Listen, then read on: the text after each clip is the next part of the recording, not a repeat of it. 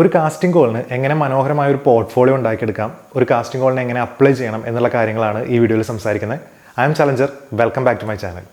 ഒരു കാസ്റ്റിംഗ് കോളിന് ഏറ്റവും പ്രധാനമായി നിങ്ങൾക്ക് ആദ്യം വേണ്ടത് കുറച്ച് മനോഹരമായ ഫോട്ടോസാണ്. പലപ്പോഴും പല കാസ്റ്റിംഗ് കോൾസിൽ ഞങ്ങൾക്ക് വരുന്ന പല എൻട്രികളിലും സെൽഫി ഫോട്ടോസ്, അതുപോലെ ക്രോപ്പ് ചെയ്തെടുത്തിട്ടുള്ള, അതായത് ഗ്രൂപ്പ് ഫോട്ടോസ് എന്നൊക്കെ ക്രോപ്പ് ചെയ്തെടുത്തിട്ടുള്ള ഫോട്ടോസ്, അതുപോലെ തീരെ ക്ലാരിറ്റി ഇല്ലാത്ത ഫോട്ടോസൊക്കെ പലപ്പോഴും വന്ന് കാണാറുണ്ട്. അപ്പോൾ അഭിനയത്തെ നിങ്ങൾ വളരെ സീരിയസ് ആയിട്ട് കാണുന്നൊരു വ്യക്തിയാണെങ്കിൽ നിങ്ങൾ ആദ്യം തന്നെ ഒരു പ്രൊഫഷണൽ ഫോട്ടോഗ്രാഫറെ ഹയർ ചെയ്തുകൊണ്ട് മനോഹരമായ കുറച്ച് ചിത്രങ്ങൾ എടുക്കുക എന്നുള്ളതാണ് ആദ്യം ചെയ്യേണ്ട കാര്യം. കാരണം ഇതാണ് നിങ്ങളുടെ ആദ്യത്തെ സ്റ്റെപ്പ്. ഒരു സിനിമയിൽ അഭിനയിക്കാൻ ശ്രമിക്കുന്ന ഒരു വ്യക്തിയുടെ ആദ്യ സ്റ്റെപ്പ്, അല്ലെങ്കിൽ ആദ്യം പരിഗണിക്കപ്പെടുന്നതും അയാളുടെ ചിത്രങ്ങളാണെന്നുള്ളത് കൊണ്ട് വളരെയധികം ഇമ്പോർട്ടൻസ് ഈ ചിത്രങ്ങൾക്ക് കൊടുക്കുക. ഈ ഫോട്ടോസിൻ്റെ സ്വഭാവം എന്ന് പറയുന്നത് ഒരു ഫുൾ സൈസ് ഫോട്ടോ, ഒരു മിഡ് സൈസ് ഫോട്ടോ, ഒരു ക്ലോസപ്പ് ഫോട്ടോ, ഇത്രയും ഫോട്ടോസാണ് യഥാർത്ഥത്തിൽ നമുക്ക് ആവശ്യമെങ്കിൽ പോലും നിങ്ങൾക്ക് കോൺഫിഡൻസ് ഉള്ള ഫോട്ടോസ് നിങ്ങൾക്ക് അയക്കാം. പക്ഷേ അത് ഒരിക്കൽ പോലും ഒരുപാട് എണ്ണം കൂടുന്ന അവസ്ഥയിലേക്ക് വരരുത്. അപ്പോൾ അത്തരം നല്ല ചിത്രങ്ങൾ, നല്ല എനർജറ്റിക് ആയിട്ടുള്ള ചിത്രങ്ങൾ നിങ്ങൾ തിരഞ്ഞെടുക്കാനും അയക്കാനുമായിട്ട് ശ്രദ്ധിക്കുക. പിന്നെ ഈ ഫോട്ടോസ് എടുക്കുന്ന സമയത്ത് ഫോട്ടോഗ്രാഫറോട് ആവശ്യപ്പെടുക, കാരണം ഒരുപാട് ഒബ്ജക്ട്സ് ഒന്നും ആ ഫോട്ടോയിൽ ആവശ്യമില്ല. നിങ്ങളെ ബൂസ്റ്റ് ചെയ്യുന്ന തരത്തിൽ വളരെ പ്ലെയിൻ ബാക്ക്ഗ്രൗണ്ട്സ്, വൈറ്റ് അല്ലെങ്കിൽ ഗ്രേ പോലെയുള്ള ബാക്ക്ഗ്രൗണ്ട്സിൽ വളരെ പ്ലെയിൻ ആയിട്ടുള്ള മറ്റ് ഡാർക്ക് ഡ്രസ്സ് ഇട്ടിട്ടുള്ള നിങ്ങളുടെ ഫോട്ടോസ് ആയിരിക്കും കൂടുതൽ നിങ്ങളെ ബൂസ്റ്റ് ചെയ്ത് കാണിക്കുന്നത്. അപ്പോൾ അത്തരം ഫോട്ടോസ് കാസ്റ്റിംഗ് കോളിന് അയക്കാനായിട്ട് ശ്രമിക്കുക. നിങ്ങളുടെ കറൻറ്റ് പ്രസൻറ്റ് ലുക്കിലുള്ള ഫോട്ടോ അയക്കുക എന്നുള്ളതാണ്. ഒരു 6 മാസത്തിന് മുമ്പ്, ഈവൻ ഒരു 3 മാസം മുമ്പുള്ള ഫോട്ടോസ് പോലും അയക്കാൻ ശ്രമിക്കാതിരിക്കുക. വളരെ ലേറ്റസ്റ്റ് ഫോട്ടോസ്, ലേറ്റസ്റ്റ് അപ്പിയറൻസ് ഉള്ള ഫോട്ടോസ് അയക്കാൻ മാത്രം ശ്രദ്ധിക്കുക. ഇങ്ങനെ അയക്കുന്ന ഫോട്ടോസിൻ്റെ കൂടെ നമുക്ക് ആവശ്യമുള്ള മറ്റൊരു കാര്യമാണ് ഒരു ബയോഡാറ്റ. ഒരിക്കൽ പോലും നമ്മൾ മറ്റ് ജോലികൾക്ക് അപ്ലൈ ചെയ്യുന്ന തരത്തിലുള്ള ഒരു ബയോഡാറ്റ അല്ല നമുക്ക് സിനിമ അഭിനയത്തിന് വേണ്ടത്. നിങ്ങൾക്ക് എക്സ്പീരിയൻസ് ഉണ്ടെങ്കിൽ അത് ഉൾക്കൊള്ളിക്കുക.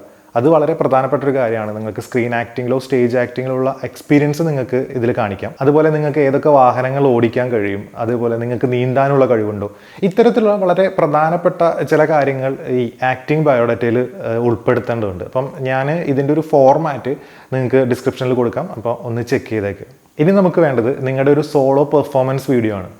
അപ്പോൾ അതിന് വേണ്ടിയിട്ട് നിങ്ങൾക്കൊരു മാക്സിമം 1 മിനിറ്റ് 1.5 മിനിറ്റ് ദൈർഘ്യമുള്ള രീതിയിൽ നിങ്ങൾക്കൊരു വീഡിയോ, ഒരു പെർഫോമൻസ് വീഡിയോ സെറ്റ് ചെയ്തെടുക്കേണ്ടതുണ്ട്.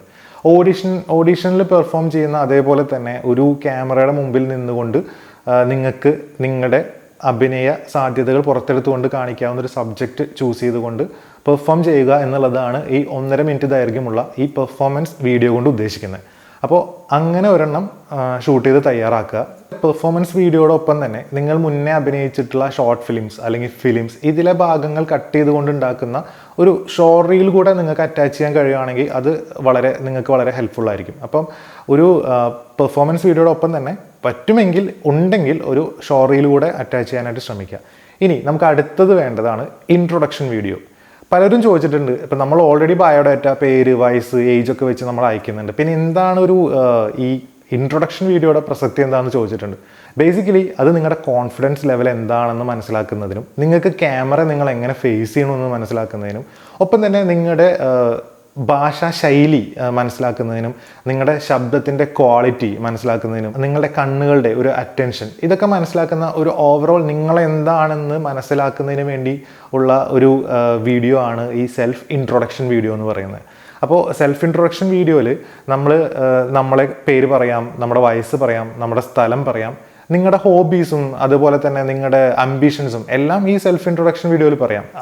ഒരു കാസ്റ്റിംഗ് കോൾ ഡിമാൻഡ് ചെയ്യുന്ന ഒരു ഡ്യൂറേഷൻ്റെ അകത്ത് നിങ്ങൾക്ക് ഇതെല്ലാം പറയാവുന്നതാണ്. അതുപോലെ തന്നെ കഴിയുമെങ്കിൽ സെൽഫ് ഇൻട്രൊഡക്ഷൻ വീഡിയോയുടെ ഏറ്റവും അവസാനം ചേർക്കേണ്ട ഒരു പ്രധാനപ്പെട്ട കാര്യമുണ്ട്. അതായത് നിങ്ങൾ ക്യാമറയുടെ മുമ്പിൽ സ്ട്രെയിറ്റ് ആയിട്ട് നിന്നുകൊണ്ട് നിങ്ങളുടെ ഇതാണ് എൻ്റെ ഫ്രണ്ട് വ്യൂ എന്ന് പറയുക. നമ്മൾ റൈറ്റ് സൈഡിലേക്ക് തിരിഞ്ഞു നിന്നുകൊണ്ട് ഇതാണ് എൻ്റെ റൈറ്റ് സൈഡ് വ്യൂ എന്ന് പറയുക. ലെഫ്റ്റ് സൈഡിലേക്ക് തിരിഞ്ഞു നിന്നുകൊണ്ട് ഇതാണ് എൻ്റെ ലെഫ്റ്റ് സൈഡ് വ്യൂ എന്ന് പറയുക. ഈ ഒരു ഫോർമാറ്റ് കൂടെ ഇതിലേക്ക് ആഡ് ചെയ്യുകയാണെങ്കിൽ നിങ്ങൾക്ക് മനോഹരമായ ഒരു സെൽഫ് ഇൻട്രൊഡക്ഷൻ വീഡിയോ തയ്യാറായിരിക്കും.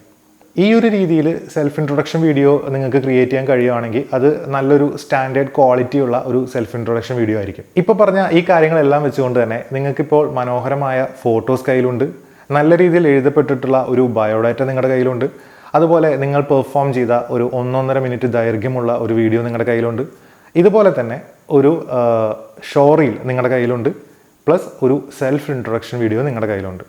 ഇനി ഇതെല്ലാം വെച്ചുകൊണ്ട് എങ്ങനെ ഒരു കാസ്റ്റിംഗ് കോളിന് അപ്ലൈ ചെയ്യാം? ഇവിടെ self introduction video, performance video, ഇത്തരത്തിലുള്ള വീഡിയോ ഫോർമാറ്റുകളെല്ലാം തന്നെ നേരിട്ട് വാട്സപ്പ് നമ്പറിലേക്കോ മെയിലിലേക്കോ അയച്ചു കൊടുക്കാതെ നേരെ അത് യൂട്യൂബിലേക്ക് അപ്ലോഡ് ചെയ്തുകൊണ്ട് യൂട്യൂബ് ലിങ്ക് മാത്രം അയക്കാനായിട്ട് എപ്പോഴും ശ്രദ്ധിക്കുക. ഒരു കാസ്റ്റിംഗ് കോളിന് വാട്സപ്പ് നമ്പറും മെയിൽ ഐ ഡിയും തന്നിട്ടുണ്ടെങ്കിൽ നമ്മൾ പ്രിഫറൻസ് ഈ വാട്സപ്പ് നമ്പറിന് കൊടുക്കുക.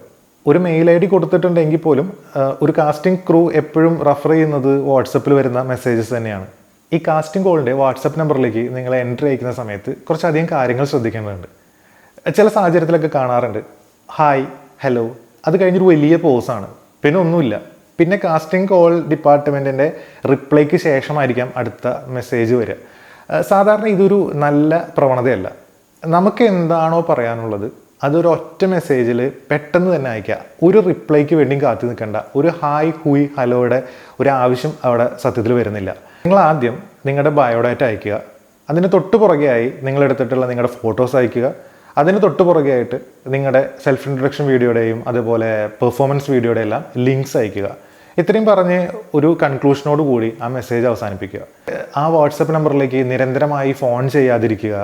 പിന്നെ അതുപോലെ തന്നെ നിരന്തരമായി ചോദ്യങ്ങൾ ചോദിക്കാതിരിക്കുക. എന്താണ് കറണ്ട് സ്റ്റാറ്റസ്, എന്താണ് എൻ്റെ അവസ്ഥ, എന്താണ്, ഇത്തരത്തിലുള്ള ഒരുപാട് മെസ്സേജസ് ഇങ്ങനെ കണ്ടിന്യൂ ചെയ്ത് അയച്ചു കഴിഞ്ഞാൽ സ്വാഭാവികമായിട്ടും ഒരു കാസ്റ്റിംഗ് ഡിപ്പാർട്ട്മെൻറ്റ് എപ്പോഴും കാസ്റ്റിങ്ങിൻ്റെ കൂടെ തന്നെ മറ്റ് പ്രീ പ്രൊഡക്ഷൻ ജോബുകളുമായിട്ടെല്ലാം ഇൻവോൾവ് ആണ്. അപ്പോൾ ആ സമയത്ത് ഇത്തരത്തിലുള്ള കോൺവെർസേഷൻസ് ഒരിക്കലും അവർ പ്രോത്സാഹിപ്പിക്കില്ല. മാത്രമല്ല അത് നമുക്ക് വളരെ നെഗറ്റീവായിട്ട് ബാധിക്കുകയും ചെയ്യും.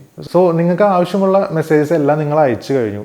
അവർ ആവശ്യപ്പെട്ട ഡീറ്റെയിൽസ് നിങ്ങൾ അയച്ചു കഴിഞ്ഞു. ഇതിനുശേഷം ചെയ്യേണ്ടത് വെയിറ്റ് ചെയ്യുക, കാത്തിരിക്കുക എന്നത് മാത്രമാണ്. തീർച്ചയായിട്ടും ആ സിനിമയിൽ ഒരു കഥാപാത്രത്തിന് നിങ്ങളുടെ രൂപസാദൃശ്യം ഉണ്ടാവുകയും നിങ്ങളുടെ അഭിനയ രീതികളുമായിട്ട് മാച്ച് ചെയ്യുന്ന തരത്തിലുമാണെങ്കിൽ ആ സിനിമയുടെ കാസ്റ്റിംഗ് ആൻഡ് ഡയറക്ഷൻ ടീം തീർച്ചയായിട്ടും നിങ്ങളെ കോൺടാക്ട് ചെയ്തിരിക്കും. അപ്പോൾ അതിനുവേണ്ടി നേരത്തെ പറഞ്ഞ പോലെ തന്നെ കാത്തിരിക്കുക മാത്രമാണ് നമ്മുടെ മുന്നിലുള്ള വഴി. അതുപോലെ തന്നെ പുതിയ കാസ്റ്റിംഗ് കോഴ്സിന് അപ്ലൈ ചെയ്യുക. ഓഡീഷൻസ്, അതിപ്പോൾ സെലക്റ്റഡ് ഷോർട്ട് ലിസ്റ്റഡ് ഓഡീഷൻ ആണെങ്കിലും ഓപ്പൺ ഓഡീഷൻ ആണെങ്കിലും പങ്കെടുക്കുക.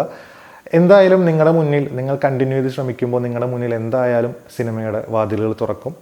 ഈ ചാനൽ ഇഷ്ടമായെങ്കിൽ സബ്സ്ക്രൈബ് ചെയ്യുക. ഇനിയും ഇത്തരം സിനിമ റിലേറ്റഡ് ആയിട്ടുള്ള വിശേഷങ്ങളുമായിട്ട് നമുക്ക് വീണ്ടും കാണാം.